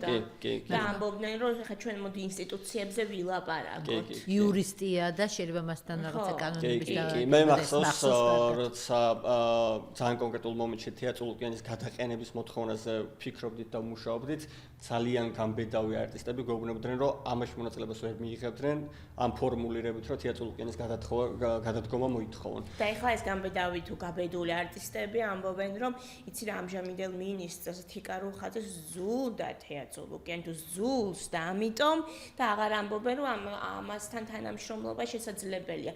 მთლიანობაში მე მგონი ხო ვერ ვაღიარებთ რეალურად რა პრობლემაში ვართ და ამ პრობლემიდან რაღაცნაირად თავის დაღწევის და შეგუების თუ თანამშრომლობის ფორმებს ეძებს ბევრი. სანამ ვიტყვით დავაგვიანეთ, არც შენ არ გეხება და არც გურამს, მაგრამ ეხლა გამახსენდა რა ის ზუსტად თეატროლუკიანის დროს, როდესაც ჯერ კიდევ არავინ არ გამოდიოდა გარეთ, გურამი იდგა ქვევით სრულიად მარტო ტრანსპარენტით და თეა ჩამოდი გელაპარაკო ესე ეწერა ანდრას. ვიზიტები არაფერი არ მახსოვს ჩემი ცხოვრებიდან და დარსას ყველაფერი მახსოვს თან ფოტოდოკუმენტაცია მაგ ეგრე კი არ არის შემიძლია დავადასტურო რომ ბოლო ალბათ 20 წუთი ან მეტი ვლაპარაკობთ პოლიტიკაზე და მაინც ვლაპარაკობთ პოლიტიკაზე. იცი რა, იმიტომ ჩვენ ხო ვთქვით რომ კინო და პოლიტიკა თეატრი არ იმიჯნება. იმაზე ხო ვთქვით და პოლიტიკა. არის ამაზე და იმაზეც ყველაფერზე. ისეთი გარემოა მაინც უნდა აღმენიშნა ეს. მე მგონია რომ თავი რასაც რა მოლოდინიც არტისტისგან გაქვს არის რომ იყოს ფხიზელი. და ხელოვნებისგანაც ეგ მოლოდინი გვაქვს. აუცილებლად. და მათ შორის ფხიზელი უნდა იყო საზოგადოებრივი და სოციალური ან პოლიტიკური საკითხების მიმართ. და თუ მომს გაუწვრთნელ თვალს და ყურს შეიძლება გამოეპაროს რაღაც პროცესი, შენი პროფესია და უნარები გავალდებულებს რომ უფრო ადრე ამოიცნო. იმიტომ რომ ამ ლაბორატორიაში, ანუ ეგ არის შენი ოსტატობა, რომ მაგ ლაბორატორიაში რაღაც სინჯებს ატარებ და რაღაცებს ხედავ და მე დასკვნები გამოგაქ. ბოლოს და ბოლოს შემოქმედებითი პროცესი აზროვნებაა და რაღაც არა უპირველესად. და რაღაც შრეები ემატება ცხადიანის მოსვლას, კი უკვე მოსულიყო, მაგრამ ეს დიმიტრი შევარდნაძის გალერეაში პირველი გამოფენა თუ გახსოვთ სანდრო სულაბერიძის ნახატის ჩამოხსნით დაიწყო, ხო ეს, როდესაც ხელოვნება პოლიტიკურია და დამოუკიდებელი. არა, ერთ-ერთი პირველი მე ვიტყოდი უბრალოდ ფოკუსი გასწორდა მაგდროს, არ დაწყებულა ერთმნიშვნელოვნად მაშინ, უბრალოდ მუზეუმის მოვლენ, რატო გამოიცა სანდრო სულაბერიძეს, რამ დააწერინა. უკვე მუზეუმის პროცესი იყო დაწყებული? ხდარი, ძალიან ბევრი ხო ასეა, მაგრამ ფორმა შეიძინა, აკუმულირდა. ანუ ყველაფერს თავი დავანებოთ, ზვიად რატიანი ლამის 10 ჯერ იყო ამ დროს უკვე ნაცემი. აბა. და რა კი დღევანდელი დღე გვაქვს ჩვენი შეცდომების აღიარების დღე ფაქტობრივად და მართლა არ იფიქროს მაყურებელმა რომ ვიღაცისკენ ვიშვათ ხელს, იმიტომ რომ ჩვენ აქტიური მონაწილეები ვართ ყველა ბრძოლისა და ყველა მარცხის და მათ შორის მომავალი წარმატებების. ამიტომ ჩვენს საკუთარ თავზეც ვლაპარაკობთ ხომ ასე გურა. შეიძლება ერთი რეპლიკა? კი. შეცდომასთან დაკავშირებით და ამაზეც არ მილაპარაკე საჯაროდ. და მაგის მნიშვნელოვანი ჩემთვის რომ ვილაპარაკო. აი მე მაგალითად მაშინ ძალიან პატარა ვიყავი და არ ვიცი პირველი არჩევნები იყო თუ მეორე არჩევნები იყო. ჩემი 2012 წელს ხმა მივეცი ქართულ ოცნებას. ამას ძალიან კონკრეტული მიზეზი ჰქონდა. იქამდე ან რესპუბლიკურ პარტიას მივეცი რეალურად ხმა, იმიტომ რომ რესპებს ვაძლევდით იქამდე. არა, ეხლა უყურე. პირველი არ ახარ ვინც ესე იმართლებს თავს ჩემს ირგვლივ ჩემს თავის მოხდება არა, შეცდომებიდან წავედი. რესპუბლიკა კიდევ კარგი იყვნენ იმ კოალიციაში, ბჭყალებში რა თქმა უნდა, კიდევ კარგი იყვნენ იმ ხო. თორე დიდი გაიმართლებდით თავს ეს უნდა და აბსოლუტურად არ მივიღებ იმას რომ თავის მართლება შეცდომების აღიარებებს ვლაპარაკობთ. და მაგრამ მეორე დღიდანვე რაწამს ეგენი ისინი ვისაც მე ხმა მივეცი, ანუ რესპუბლიკელები მოვიდნენ აღმასრულებელ ხელისუფლებაში, ძალიან ნათელი იყო ჩემთვის, რომ ეგ იყო შეცდომა. ძალიან პირველივე კვირაში ყველაფერი გამოჩნდა. და ვისაც 12 თუ 13 თუ რამდენი წელი არ იყო და ასე მე არ მგონია ის, აი ვინც გვიან შემოგვიერთ და ყველა უნდა, რა თქმა უნდა, ყველა მივიღოთ და ყველა მოკავშირეა, მაგრამ ძალიან მნიშვნელოვანია პასუხისმგებლობის აღება და იმიტომ გრადაციები არსებობს დანაშაულში. და მეც რო ვამბობ, რომ ხმა მივეცა, ჩემი წილი ამაში არის, რომ ეხლა ესენი აქ არიან. და ხო თანაავტორი ვარ გარკვეულწილად მაგის. მაგრამ როცა არც ახალგაზრდა ამომრჩეველი ხარ და იმ წამს შესული პოლიტიკაში როგორც ამომრჩეველი და როცა უკვე ნანახი გაქვს ეს ყველაფერი და ეს ისასტიკე მთელი ყველა გამოვლინებით ნანახი გაქვს და 2016 წლის მერე 2018-ში 2020-ში 21-ში ისევ ამ ხმას აძლევდი ან ხმას არ აძლევდი ან არ მიდიოდი ან გაყალბებაზე მე ჩუმად იყავი, გაყალბება მარტო არჩევნების გაყალბება არა, ხო რეალობის გაყალბება და ხელოვანს ეგ ოკეი არ არის. ანუ რეალობის გაყალბება ოკეი არ უნდა იყოს და შეიძლება ეხლა ჩვენ კი გიღებთ ჩვენ რიგებს შორის და გეუბნებთ რომ კი ჩვენ თქვენი მოკავშირეები ხართ, მაგრამ ეგრე არ არის. ძალიან დიდი მნიშვნელობა აქვს ვინ როდის შემოგვიერთდა. ძალიან დიდი მნიშვნელობა აქვს. გურა, მიცი ამითხარი, აი 2012 წელი იყო თუ რომელი წელიც გინდა და არჩევნებში ვისაც მიეცი ხმა იმან გაამართლა, ადამიანის უფლებები დაცულია, სასამართლო აღდგენილია, კი არა და სამართლიანია და აი ყველაფერი კარგად არის. ხო, ფანტაზიაში. რას ვაკეთებ? აი მაგ დროს რისი დადგმა მოგინდებოდა ან რისი გადაღება, აი? იმდენად ეგზოტიკური გარემო დახატე ქართული რეალობისთვის, რომ მარტშიელობა შემილია მარტო. რა, ფინეთში. ხო მე მახიზი ერთი სიტყვა მახსოვს, ეხლა არ მახსოვს ვინ იყო, წინანდლის პრემიის დაჯილდოებაზე ვიღაცას ჰქონდა სპიჩი გამარჯვებულს და მე და ჩემი მეგობარი გავღიზიანდით, იმიტომ რომ მეგონა რომ ნორვეგიელი ახალგაზრდა არტისტი ამბობდა ამ სპიჩს. და შემხებლობაში როცა არ არის არტისტი რეალობასთან აბსოლუტურად ეგ ჩემს ცოტა გაღიზიანებას იწვევს და არ ვიცი რას დავდგამდი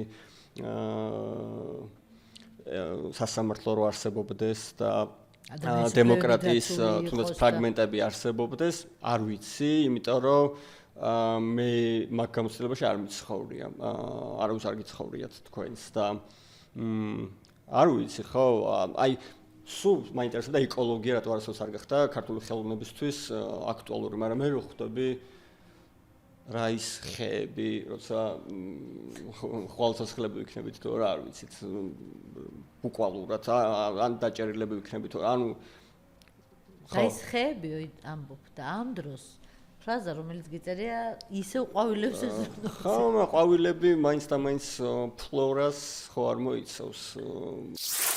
ვერ დაგვიჭერენ ყველას. და თუ ყველას დაგვიჭერენ, ყველა შიგნით ვიქნებით და მე უკვე იმას მაინც ვერ შეძლებენ ადამიანები, რომ რეალობა უარყონ და გააყალბონ და დოზები შეამსუბუქონ და უდნევ უკეთესად წარმოაჩინონ რეალობა ვიდრე არის და შიგნით თუ ძალიან ბევრი ვიქნებით, მე შიგნიდან დავგავთ ყვავილებს. რომელიც მე გამოახვეც ბეტონიდან.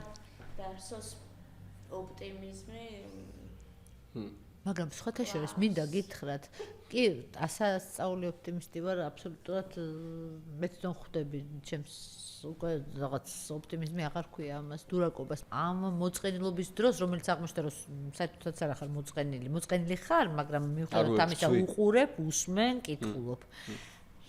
ჩვენც გითხარი რა, რას უსმენ, რას უყურებ და რას კითხულობ? რეკომენდაციები დატოვა. დატოვე კი არა გაუზია.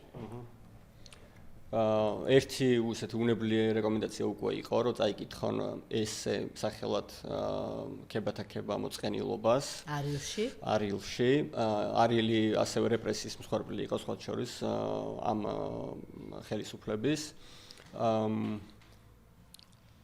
პირველ გლობალური რეკომენდაცია რომ მოწყენილობას არ ებრძოლონ, ეთანამშრომლონ, ჩემი აზრით. და ჰორიზონტებს ხსნის და იმიტომ ამას წინათ ვიყავი რეტროსპექტივაზე იოსელიანის ფილმების და ვნახე იყო შაშუმ გალობელი და ძალიან კარგად წაიღო ავტორიტარიზმში და მივხვდი პირველად ვიცანი ეგ კინო. იმიტომ რომ ნანახი მქონდა, მაგრამ მქონდა ჰიბრიდულ დემოკრატიაში ნანახი და ეხლა როცა გაცხადებული და დემონსტრირებული ავტორიტარიზმია, რომელიც შემდგარია ახალგაზრდა დემოკრატიის გზას, ახალგაზრდა დიქტატურის გზას, სხვანაირად იყურება კინო და პირველად დავამუღამე რაღაცეები, იმიტომ რომ იქამდე ჩემთვის ეგზოტიკური საბჭოთა გამოცდილება იყო მამების თაობის. და ეხლა ვწუხდი რომ ძალიან ხელშესახები რეალობა ჩემთვისაც და ვისაც ნანახი არ აქვს ახალგაზრდას, იმიტომ რომ ძველებს მე მგონი ყველას ნანახი აქვს, ურჩევდი რომ იოსელიანის ეგ ფილმი ნახონ აუცილებლად.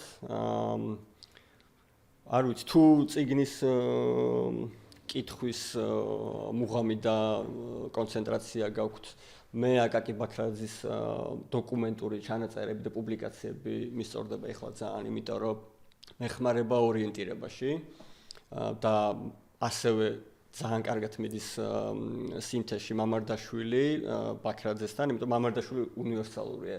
როცა რომელ გვერდზეც არ უნდა დაადო აი ის რაღაც სასაცილო თამაში როა რომ წიგნში ხელი უნდა დაადო ნებისმიერ ადგილზე და კითხვა დასვა და წიგნი გიპასუხებს. მამარდაშვილი არის ეგ რომ სადაც არ უნდა დაადო ნებისმიერ კითხვაზე ყველაფერს პასუხობს. ბაქრაძე, მამარდაშვილი, იოსელიანი ხო და აუცილებლად უნდა თქვა, ამას წინათ უყურებდი ერთ პოდკასტს, ცნობის მოყვარე პოდკასტს. და იქ ყავდა ჩემთვის უცნობი იმ დრომდე ადამიანი, მეცნიერი, ფიზიკოსი. მაგ პოდკასტს გავუწევ რეკომენდაციას და გავუწევ ყველა ვიდეო, სადაც ეს ადამიანი საუბრობს ბექა მოდრიკილაძე, რომელიც არის ფიზიკოსი და ჩემთვის ყველაზე საინტერესო, არ არის არტისტი, მაგრამ ჩემთვის ყველაზე საინტერესო არტისტი იყო, რომელსაც ბოლო პერიოდში მისმენია, ქართული არტისტი, იმიტომ რომ უდიდესი ვნებით, შეპყრობით ლაპარაკობს სამყაროზე. და მაგალითად ერთი ფრაზა მახსოვს, სადაც ხსნიდა, ფრაზა არა, მონაკვეთი მახსოვს, სადაც ხსნიდა ძაღლების და ადამიანების მაგალითზე, რომ ადამიანი ძაღლების სევდა და მელანქოლია. რისი განცდა შეუულია ადამიანს, რისი განცდა შეუულია ძაღლს. რომ ძაღლი შეიძლება იყოს სევდიანი, მაგრამ არ შეიძლება იყოს მელანქოლიური და მათ მივხვდი რომ პოეტი იყო, ისე რომ არ იცოდა რომ პოეტი იყო. და მივწერე მე თვითონაც ეგ. გირჩევთ მაგ ადამიანის მოსმენას და გირჩევთ ისეთი მონათესავე სფეროებში შეხედოს, რომელიც ერთი შეხედვით თქვენ პროფესიას ან თქვენ ინტერესებს არ ეხმიანება, იმიტომ რომ არაფერი ეგრე თვალსაჩინოს არ აფართოვებს, როგორც სხვა მედიუმებში შეხედვა და ცნობის მოყარეობა. ხო და არ ვიცი, თუ ძალიან მიმქითებლური არ ვიქნები, არტისტებს განსაკუთრებით დამწყებებს ურჩევდი, რომ ბავშვურობას არ ებრძოლონ საკუთარ თავებში. როგორც მოქალაქეები არ იყოთ ბავშვურები, მაგრამ როგორც არტისტები იყავით ბავშვურები და ცნობის მოყარეები, იმიტომ რომ ეგრე აგნებ კაი რაღაცებს. იცი რა მომენტში ხდებოდა არტისტი? იქ მივხვდები შენი შეფასებებს. მე გულ ისე პოეტურად აღწერდა რაღაც ფიზიკურ პროცესებს. ლამაზად აღწერდა. ძალიან ცნობის მოყარეა, თან ცოტა მეამიტურია, ბავშვურია, ლაპარაკობენ ხელოვნურ ინტელექტზე და საფრთხეებზე, მაგრამ საფრთხეებსაც უყურებს როგორც შემოქმედებით გამოწვევას ან ელემენტს და ეგ ძალიან მომეწონა. გურამ ხელოვნურ ინტელექტს ხმარო? ანუ ხედვა, ენა კი, ხედვა, ენა და პერსპექტივები, იმიტომ რომ მე იქამდე არ ვიფიქრია ძაღლი შეიძლება იყოს თუ არა მელანქოლიური. ხო, ეგ ფანტაზია? არა, ის მეცნიერულ დონეზე შლიდა ამ თემას და აი განადგურება და ხელოვნური ინტელექტი და მაგას გამახსენდა რომ არაფერი, ჩემი საყვარელი ფილმი ისედაც ერთ-ერთი ყველა დროის ტოპ 3-ში შედის, ტრიერის მელანქოლია. და ეხლა როცა არ ვიცი აი ტვიტერზე შემხვდა ტრამპის პოსტი, სადაც ირანს განადგურებით ემუქრება, შეიძლება ზედმეტად დოკუმენტური მოგეჩვენოს მელანქოლია, მაგრამ კარგი კინო, ალბათ ტრიერის ბოლო კარგი ფილმია და ვისაც ეგ არ უნახავს, ნახოს, იმიტომ რომ ნასას მოგზაურობა მთვარეზე, ირანი, საქართველო, პალესტინა, ყველაფერი ზუმ აუთით არის. დამფიქრდი რა რთული ყოფილა ჩვენი ცხოვრება, რომ ბოლო წლების განმავლობაში ალბათ ყველას გვაგონდება ეს ფილმი მუდმივად, ესე იგი არც ისე მსუბუქი და არც ისე მაგრამ არც ისე მძიმე. იმის კვალობაზე რომ განადგურებაზე ლაპარაკობს, არც ისე მძიმე და განადგურება ან რა არის იმაზე უფრო პოეტური ვიდრე განადგურება, არაფერი. იცი ამ თხარი ახლა გამახსენდა ეს ნასას მთვარეზე დაბრუნება, იმიტომ რომ მთვარეზე უკვე იმყოფებოდა თითქოს ადამიანი კაცმარიძის, მაგრამ ახლა ფაქტია რომ მეორეჯერ წავიდნენ, იმიტომ რომ და ახსნეს იმითი რომ ეს მთვარეზე დაბრუნება და ასევე ახალი გზა მარსისაკენ. მაგრამ ის და თითქოს ეს ამერიკელების ეს არის და სახელმწიფო ჩართულია და ტრამპიც თქვათ ამითი ამაყობს და ჩემი თავი რაზე დავიჭირე, იცი რომ კოსმონავტები ისეთ სიტყვებს ამბობდნენ იქიდან რაღაც ფანტასტიკურს გეგონება კინოს უყურებდი რა. ისეც რომ სრულიად წინააღმდეგობაში მოდიოდა იმასთან, რასაც ტრამპი დღეს აკეთებს. ფოტოებიც რომელიც და როდესაც ლაპარაკობდა დედამიწაზე, რომ რამხელა მნიშვნელობა რომ აქედან ხედავენ სრულიად ცარიელ სივრცეს და ერთადერთი ოაზისი აი ამ ხელა სამყაროში არის ეს ჩვენი პლანეტა რა და ამ დროს ამ პლანეტაზე და თითქოს ეს სრულ წინააღმდეგობაში მოდიოდა იმასთან, რასაც ჩადის თქვა თუნდაც იმ სახელმწიფოს მეთაური ამ დედამიწაზე, აი სიცოცხლის მოსასპობა და ამ დროს ესენი სულ სიცოცხლეზე ლაპარაკობდნენ და მივხვდი რომ ჩემთვის იმდენად აი სახელმწიფოს მიერ და ფინანსებ ხო პროექტი რომ როგორ ლაპარაკობენ ისე იმიტომ ეს წინასწარ ხო შეთანხმებული იყო. აი ზუმაუთი მაგიტო ახსენე რომ ისინი ბუკვალურად ყველაზე დიდ ზუმაუთში არიან დედამიწასთან. და ცივი დისტანციიდან უყურებენ აქაურობას და ხელოვნებაც ეგ არის ცივი დისტანციიდან უყურება სამყაროსი და ზუმაუთების გაკეთება. კაი, აი ამ დროში მთავარი თემა რა არის სამყაროში? რომელშიც ვართ? ომი?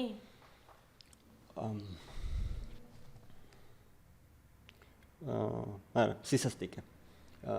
ლიმიტები ადამიანის მოგონი მაგას უყურებთ, რა არის ჩვენი ლიმიტი სისასტიკის და ჯერჯერობით პროგრესირებს და არ უჩვენს ბოლო.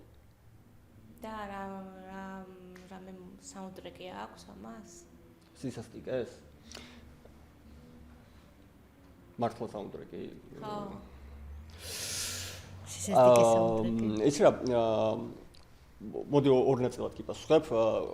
ყველაზე ტრივიალური, რა თქმა უნდა, არის ვაგნერის ტრისტანი და იზოლდა, იმიტომ რომ მელანქოლის გავლენის ქვეშ ვარ ახლა, როცა ამას პასუხობ და იქ ძალიან ზუსტი მუსიკალური კომენტარია, რაც მელანქოლიაში გამოყენებული ტრიერს და ეხლა ალბათ თვარიდან დედამიწას რო უყურებ, ალბათ ძალიან მოუხდებოდა ვაგნერი. მაგრამ მე მაგ ტალღაზე არ დავჯდებოდი ახლა, თან პირველი პოდკასტია და ჩავხვდავ რაღაცა. ხო, რაღაცა ტალღაზე და მუსიკალურ ტალღაზე დასვა. ხო, და აი დროში მოგზაუ 1972-ში მივდივართ. მაგრამ მე მგონი ხო სისასტიკეც შეიძლება იყოს უდარდელობით გაკეთებული და ეს მუსიკაც ესეთია. მძარე სისასტიკეა. ბევრად გაცილებით. აი ცივი სისხლიანი, დისტანციური. კი. კაი 1972 და რომელი ნაწარმოები მოგაგონდა ახლა აი როცა ვთქვით ცივ სისხლიან სისასტიკეზე და დისტანციურზე? მუსიკალურ ხომ თუ ზოგადად? რა ვიცი.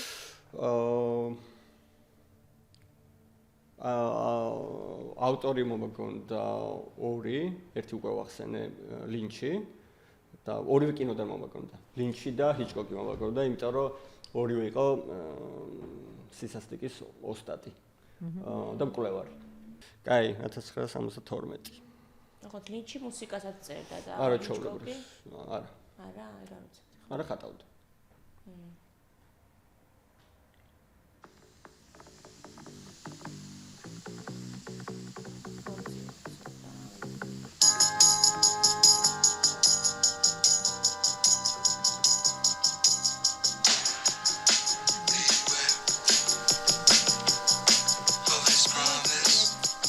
რა გადავასრულებ?